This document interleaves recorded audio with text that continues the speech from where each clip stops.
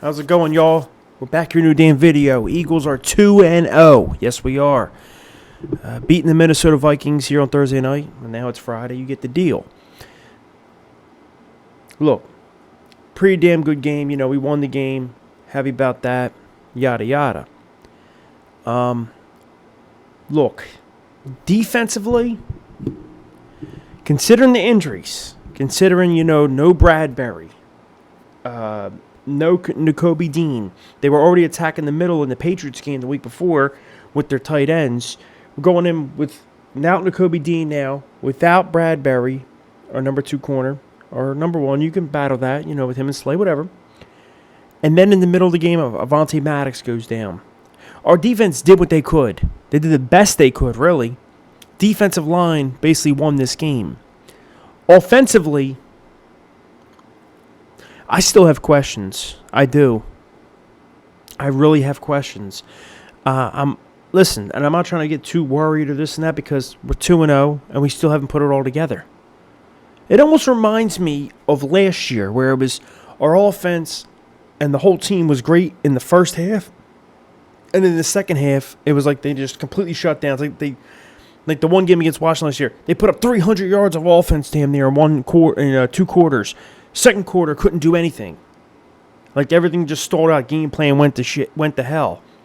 But it's a little different. Because like I said, the defense, I can blame, but I can't blame. Listen, at one point they caused 3 turnovers in that first half. I think it was the first quarter. Well, special teams and defense involved, whatever. It was fumbles and whatnot. And the score was still 3-0. All we got was a damn field goal out of that many turnovers. Basically, that's all we got. Well, actually, no, opening drive went down and they scored the field goal. So we got no points off the turnovers. If this was the Eagles' offense of last year, or the Eagles' offense that we know that they can be, we would have at least scored a touchdown, maybe 2. Maybe a touchdown and an extra field and another field goal, and been up, and they have no points. So that really irked me, and I was watching the game, going, man, why don't you just run the ball? Run the ball. That's our identity. It's been our identity for years, and even under Doug Peterson, we used to claim, come on, man, run the ball. They finally start to run the ball a little bit, and what do you know? We go right down and score. Now this is in the second quarter, whatever. This offensive coordinator, Brian Johnson, man, I know it's only week 2. I get it. But to have this much talent on offense, you to be the coach, and have a quarterback like Jalen Hurts also, who is very talented with his feet and with his arm and with using his mind and all that stuff, and for the whole offense to look lost, I don't understand it. I really, really do not. I don't know if he's just a terrible play caller, if he's in over his head, he's an overachiever. I don't know if it's him or if it's, I'm not going to be too concerned, but if it's Jalen Hurts. I don't know. Because you look at week 1, I get it, sloppy game, in the rain, yada, yada. We go to this week. Hurts, and a lot of people say that Hurts just doesn't look the same. He looks the same, like in terms of, he can make the throws and do whatever, but there's no urgency. There's no, this is him. He didn't look so, elusive, and just the way he was playing last year was like, dude, he was dominating the game. He played the game, and he was playing at one of the top positions. He reminds you of a Mahomes, not in terms of arm strength and all the talent, but he reminds you, okay, this guy is why he's him. You get what I mean? Like, he was like just destroying cats, and with the play fakes and the play actions and the this and that and that. Now, mind you, you see Shane Steichen, he leaves. He's the head coach now of the Colts. I watched a little bit of that, him versus the Jags last week on Sunday, and I seen what he did with Anthony Richardson, the rookie. The rookie was almost looking like Hurts did last year, like in terms of some of the RPOs or some of the read options. We're not doing any of that. We're not even doing an RPO. I haven't seen any RPOs. I haven't seen any read options. It's literally either you hand the ball off or you drop back in shotgun and pass it, and usually just a check down. And also, I don't know if you noticed, not Minnesota Vikings, they were blitzing a lot, or they were just sending like 3 rushers and just covering everyone else up. Like no one can get open. And Hurts was just standing back there like this. So I'm not too worried because, like I said, I think maybe it's the offensive coordinator. It's the play calling that might be holding Hurts back. Plus maybe Hurts being a little hesitant because there was talks of Nick Sirianni, Jeffrey Lurie, Harry Rosen, all sitting back telling him when he got the big contract to relax a little and taking the hits and whatnot. You get the deal. But I guess it's only week 2, so I'm not trying to get too, over the top about it. But I don't know. There's a lot to talk about with that. And we can go about that in a different video. But then they start to run the ball. And what do you know? Oh, also, they gave Dallas Goedert some catches. Good. You can see that's pretty solid. Okay. They gave, what's his face? DeAndre Swift. They finally gave him the damn ball. Oh, my God. 1 carry last week. This week, what do you have? Almost 20 carries. He had 170 yards and a touchdown or 2. Yeah. Now you see why he's your running back 1. Or at least give him an equal amount of carries as you give Gainwell. And now you see why you should also run the damn ball when it seems like defense is doing certain things. You run the ball to open up the pass game. Not just because, I have 2 elite receivers and I have a solid tight end. I'm just going to drop back pass. No. This is the NFL. They run the ball and look. They're winning the game. They're damn near blowing the damn Vikings out at one point. We come out the half. Kirk Cousins. Fumbles, strip sack, boom, whatever, blah, blah, blah. You get the deal. Then a bomb at Devontae. The whole thing starts opening up. Then there's a little thing on the sideline where A.J. Brown is barking basically at Jalen Hurts. Pissed off, I guess. Mad he ain't getting no touches. He ain't getting no care. He ain't getting no catches. I get it. But he's basically whatever, snapping on him. So we come right out on that drive. And this was actually a pretty good play call. It was one of those, play action, then roll out. Boom, he had A.J. wide open. I'm not wide open, but he had A.J. open.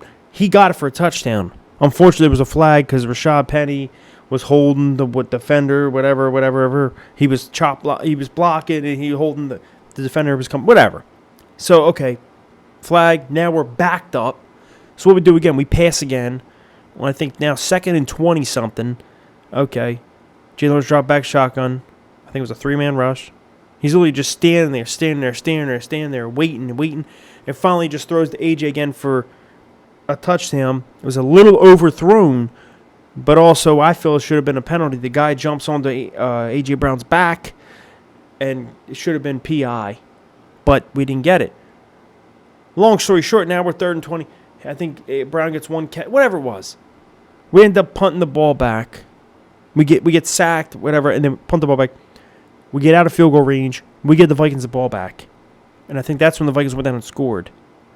So because A.J. Brown wanted to start bitching and crying and complaining on the sidelines, which I understand, he wanted his touches because Devontae Smith only had 4 catches for 100 and something yards, 130 yards or something like that, and a touchdown or 2. So I get it.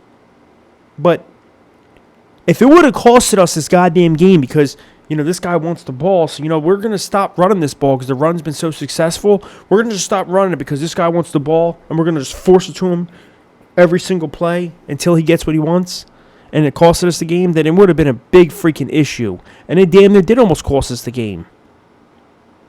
Because what if we went out and was running it, and continued to do what we were doing that was making us successful on each drive for this whole 3rd and 4th type quarter, and then maybe sprinkle in the pass and we'll hit AJ, not just come out the gate, go for AJ, pass it complete. Next one, play action, bomb, touchdown, flag, call back. Now it's 2nd and 20. Now we go again to AJ, incomplete. It was insane to me to see that, watching that, going, excuse me? I know this guy wants the ball and all. I get it. But you're in a blowout, damn near at the time, blowout type win, double-digit win, up 2 scores damn near. Just run that clock. Let your defense rest, because your defense lines been doing a lot the whole game. Get out with the W. But they went and catered to Brown, and that's what happened. Now, we wouldn't even be talking about this if that Rashad Penny penalty didn't happen. And I'm not blaming Penny. I'm just saying. We wouldn't have been talking about this because Brown would have had a touchdown. We would have, he got what he wanted, yeah. But I'm just saying, there's a lot of big talent in this team. And you got 2 big receivers and A.J. Brown, Devontae Smith, and there's all this talk all offseason. Our own media was hyping stuff up to Brown's head, if you remember, saying, some people say Smith's better than you, or you're both number ones, you're not a number one, whatever. That shouldn't even be brought up. That shouldn't be mentioned. That shouldn't be added to their heads. And because you have all this talent, this is what's going to happen on offense. Defensively, I don't see those guys being selfish like that. You know, we have so many defensive linemen, and some of them, they want rest. They want to get off the field, especially some of them are older, and let the young guys go in there and, refresh themselves. But that's what can happen and does worry me a little bit, is with the offense. When you have these guys who want this, want that.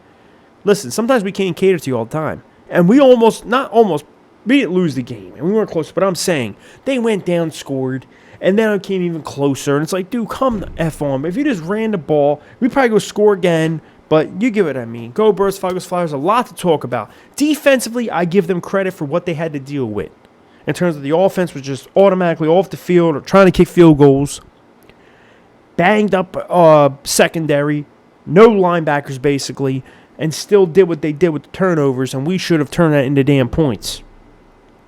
Slay almost had 2 picks. They just went between his hands and I think into Jefferson's or whatnot. So I can't really blame him, but overall, like I said, go Birds, Flyers, Fly. You guys comment below on your thoughts.